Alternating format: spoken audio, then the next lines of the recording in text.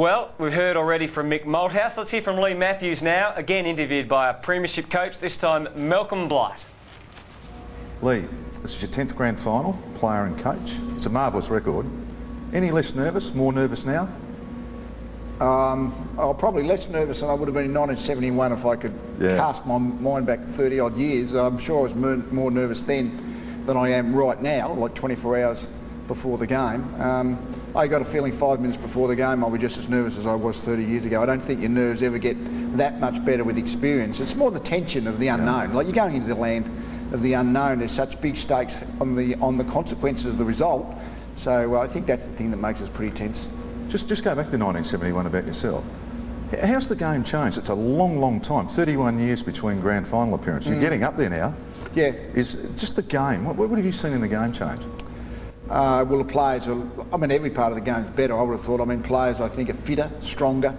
I think their skills are better, their kicking skills are better. You look at the old vision of that, 2 or 3 decades ago. I guess the drop punt came in about the late 60s, early 70s. So if you go 10 years before that, I think it does really look like little kids playing it in a way. But 1971 was a brutal game. Just the attack on the body of the opposition players would have been reported about every 2 minutes, I reckon, for what was normal back then. We wouldn't see it in tomorrow's game, would we?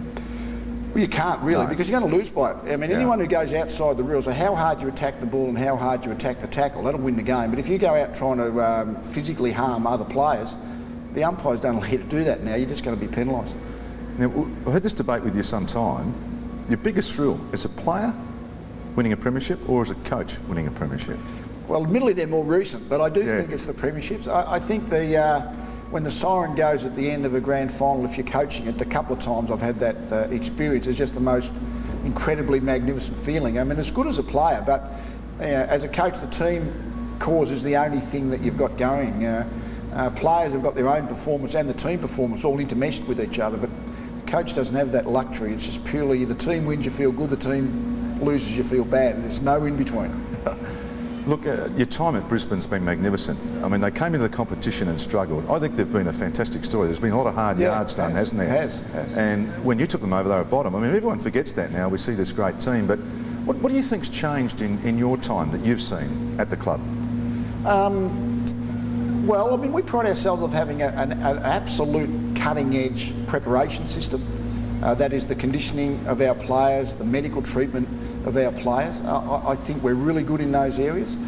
I think we also have a team that's in an era where Michael Voss is now 27. Even 4 years ago, he's 23. So they're now in the absolute prime of their career, the Michael Vosses, the Chris Scotts, the Justin Lepiches, Nigel Lappin. So a lot of players, we've got an era where we've got some really good guys, say Jonathan Brown, a 20-year-old. Alistair Lynch is 34 and still playing well, but we've got a lot of players in that 23 to 29 who have actually had plenty of footy behind them but are still in the prime of their physical capabilities. But there must have been some belief from you personally to take the job on from where they were positioned at the time.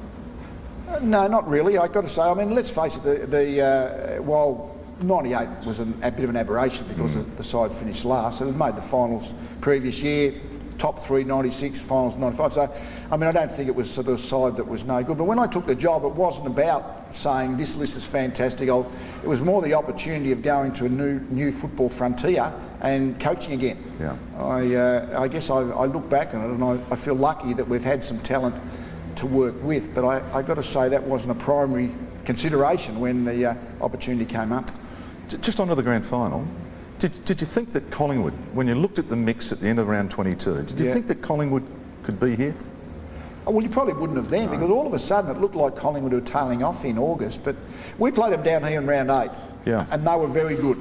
They beat us, and they were in the middle of that patch of footy that got them up into the top echelon. At that point, I think it was Port Adelaide, Collingwood and ourselves, and we're competing for the very top of the ladder. So I think at that point of the year, Collingwood was as good as anyone. But because they had a bad August, everyone's tended to write them off. Ironically, I actually did that game, Leigh, and watched the game. And would you believe the top 2 after round 8 were Brisbane and Collingwood? Yeah. So what you're saying is pretty right, isn't it? Well, it was, and as I say, a bad August tended to make people think they were on the slide. But they were good that night. and they were in the middle of a really good patch. I think one of the best things we've got going into this game is that game, because we saw this opposition play well enough to beat us. We saw how they played well, and therefore any temptations for our players to believe the hype, that supposedly we're just down here to go out in the field and win the game. I think you only have to look back to that game to know that that's not the case. Lee, do you allow the word defeat to ever come in your thoughts in a week like this? Yeah. No, I guess some of us talk about the positive winning and the fear of failure.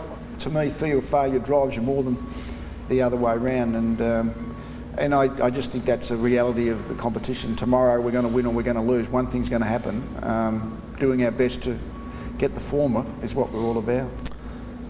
What's another premiership mean to you? What would it actually mean to you? A fantastic feeling come 5 o'clock tomorrow afternoon. And that's as simple as that. Any more than that. And 3 as a coach really puts you into another echelon, of course. Look, just as we close onto this, I remember watching you after Collingwood won in '90, sitting in the dressing room in an interview after, and one of the lines that always stuck in my mind was that I thought I could coach. What made Leigh Matthews think he could coach? Well, I think you start off not knowing. I mean, you start off not having coached at all, and you hope that you can handle people. And I think one of the things that hopefully you learn over a long period of time coaching is how to handle people better.